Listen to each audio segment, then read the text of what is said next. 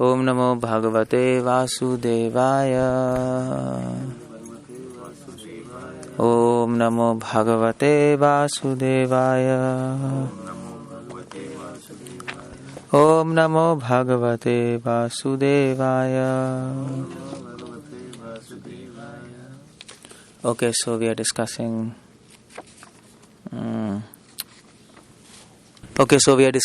12th chapter Bhagavad Gita. So I'll include those points here. So you can repeat after me, first verse at least. Arjuna Vacha Evam Satata Yukta Ye Bhaktas Tvam Pariupasate Ye Cha Api Aksharam Avyaktam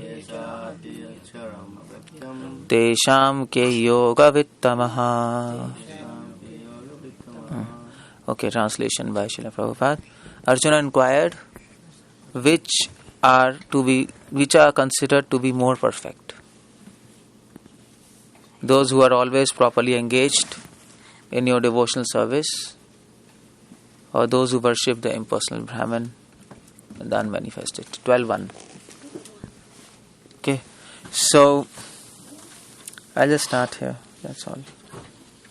Om Jnana Timirandasya Jnananjana Shalakaya Chakshurumilitam Yena Tasmai Shri Gurave Namah. Okay, so Arjuna asks one question, 12th chapter, first verse. He says, who is considered to be more perfect? People who worship you or who worship the unmanifested form? Unmanifested form basically means impersonal form. So question is, in other words, who is more perfect? People who worship your personal form or people who worship you as impersonal light? There are many yogis, jnanis who say God is. They consider God as power or light, but devotees consider God as not only power and light but also having a beautiful form. So Arjuna asks, this is very important. Arjuna knows, this means at Krishna's time also there were people like this, no? Who were meditating on something abstract. For example, like Christianity, if you ask them, who is God? Of course, now they say Jesus. That's another thing. This is like funny.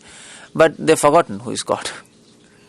If you ask Jews, who is God? Okay, God is great, but they don't know who is He. Islam, who is God? Allah, okay, fine. But what's His form? We don't know. So some people are called Brahmavadis. Just like Brahma's son, 4 Kumaras, they were worshipping God as supreme power, supreme light with no form, and they were meditating on that. And these Christianity and Islam people, they know that God has a form, but they also know that man can never know what form he has. So they are not actually worshipping God as light, but they don't know what's the form. So they know just the name. And we know the form and the name and the power, all of these. That's okay. So there are various grades of people, categories of people, categories of spiritual practitioners. In 4th chapter, Krishna talks about many spiritual people and yogis. Arjuna is asking a point blank question. Who is the most dear spiritualist to you? Who is most dear to you? That's the question. And Krishna answers this question simply. And now you have to little bit focus on this, how Krishna answers. Krishna says, those who fully worship the unmanifested, that which lies beyond the perception of senses, the all-pervading, inconceivable, unchanging, fixed, immovable, the impersonal conception of absolute truth, by controlling various senses, being equally disposed to everyone, such persons engaged in welfare of all, at last achieve me. He says they also achieve me, but at last. Second verse, 12th chapter.